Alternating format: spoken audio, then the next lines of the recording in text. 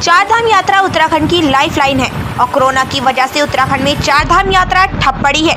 चारधाम यात्रा को शुरू करने के लिए लोग सरकार से गुहार लगा रहे हैं। कोरोना के चलते चारधाम यात्रा पर रोक लगी है। हालांकि देश में कोरोना के मामले तेजी से बढ़ने लगे हैं। कोरोना की तीसरी लहर का खतरा बढ़ने लगा है, लेकिन इसके बावजूद राजनीतिक कार्यक्रमों को लेकर कोई पाबंदी नहीं है। ऐसे में लोग इस बात की पैरवी कर रहे हैं कि चारधाम यात्रा को जल्द से जल्द शुरू कर दिया जाए। उत्तराखंड कांग्रेस ने प्रदेश में इस महत्वपूर्ण चारधाम यात्रा को जल्द से जल्द शुरू करने की मांग की है। कांग्रेस की प्रदेश प्रवक्ता प्रतिमा सिंह ने कहा कि जब राजनीतिक रैलियां हो रही हैं, बीजेपी जन आशीर्वाद यात्रा निकाल रही है, तो ऐसे में चारधाम यात्रा की शुरुआत क्यों नहीं हो सकती है।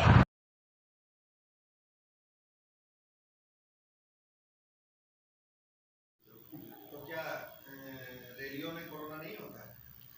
देखिए, बिल्कुल चारधाम यात्रा की आपने बात करी तो ये स्पष्ट कर दूं कि चारधाम यात्रा की जो रोक की बात है उस पे हाई कोर्ट की भी संस्तुति है, इसलिए चारधाम यात्रा जो है अभी उस पर कोई भी फैसला नहीं हुआ है। लेकिन कांग्रेस बिल्कुल इस पक्ष में है और हमने अपनी प्रेस कॉन्फ्रेंस में भी ये बात कही है कि चारधाम यात्रा शुरू होनी चाहिए, क्योंकि जब भारतीय जनता पार्टी की जन आशीर्वाद यात्रा शुरू हो सकती है और चुनावी रैलियां शुरू हो सकती हैं, तो हमने हमेशा चारधाम यात्रा शुरू होने का पक्ष रखा है, क्योंकि अब जिस तरीके से स्थितियां सामान्य हो रही हैं, तो जहां पे वो चारधाम यात्रा जो होती है हमारी, वहां के जो लोग हैं जिनकी आजीविका उस पर निर्भर करती है, उनका सरकार को ख्याल रखना चाहिए और चारधाम यात्रा को सुचारू रूप से शुरू करने की ओर कदम बढ़ाना चाहिए।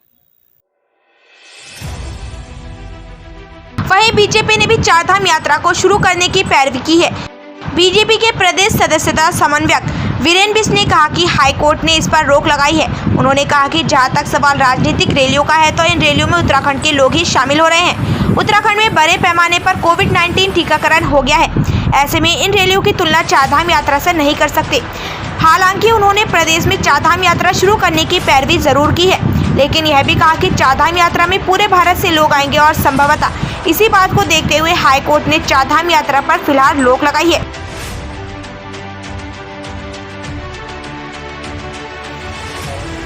फैलाने का काम करते हैं। कांग्रेसियों से लगता है उनको खतरा है और वो कांग्रेसियों से ही बचने के लिए इस तरीके की बात कर रहे हैं। उनकी रैलियों में कौन जाने वाला है? कांग्रेसी तो जाने वाले हैं, कोई विपक्ष का तो जाने वाला नहीं है।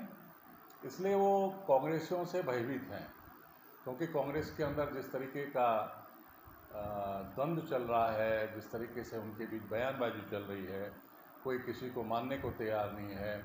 एक धड़ा हरीश रावत जी को मानने को तैयार नहीं है, तो एक धड़ा प्रीतम सिंह जी को मानने को तैयार है। इसलिए उस द्वंद्व से निकला ही ये विषय है। और हरीश रावत जी तो मीडिया की अटेंशन बनाना चाहते हैं। हमेशा उनका यही रहता है कि मीडिया उनको अटेंशन करे और लोगों में सनसनी फैले। उन्होंने सनसनी फैलाने का काम किया है। देखिए, जो ये पॉलिटिकली यात्राएं हो रही हैं और जो राजनीतिक बैठकें हो रही हैं और जो धार्मिक यात्रा होनी है, उस धार्मिक यात्रा में बाहर से लोगों को आना है, दूसरे प्रांतों से लोगों को आना है। इसीलिए न्यायालय ये समझता है कि बाहर से आने वाले लोगों के से जो बीमारी है वो दोबारा फैल सकती है, जो तीसरा चरण है वो आगे बढ़ सकता है। इसलिए उसमें एहतियात बरती गई होगी, ऐसा हम मानते हैं। और राजनीतिक जो यात्राएं हैं, राजनीतिक यात्रा में यहीं के लोग पार्टिसिपेट करते हैं और मैक्सिमम राज्य में सभी लोगों को कोविड वैक्सीन लग चुकी है और तब भी लोग अपने उसका दूरी का इस्तेमाल कर रहे हैं, मास्क पहन कर जा रहे हैं। एहतियात तो बरत ही रहे हैं और बरतना भी चाहिए।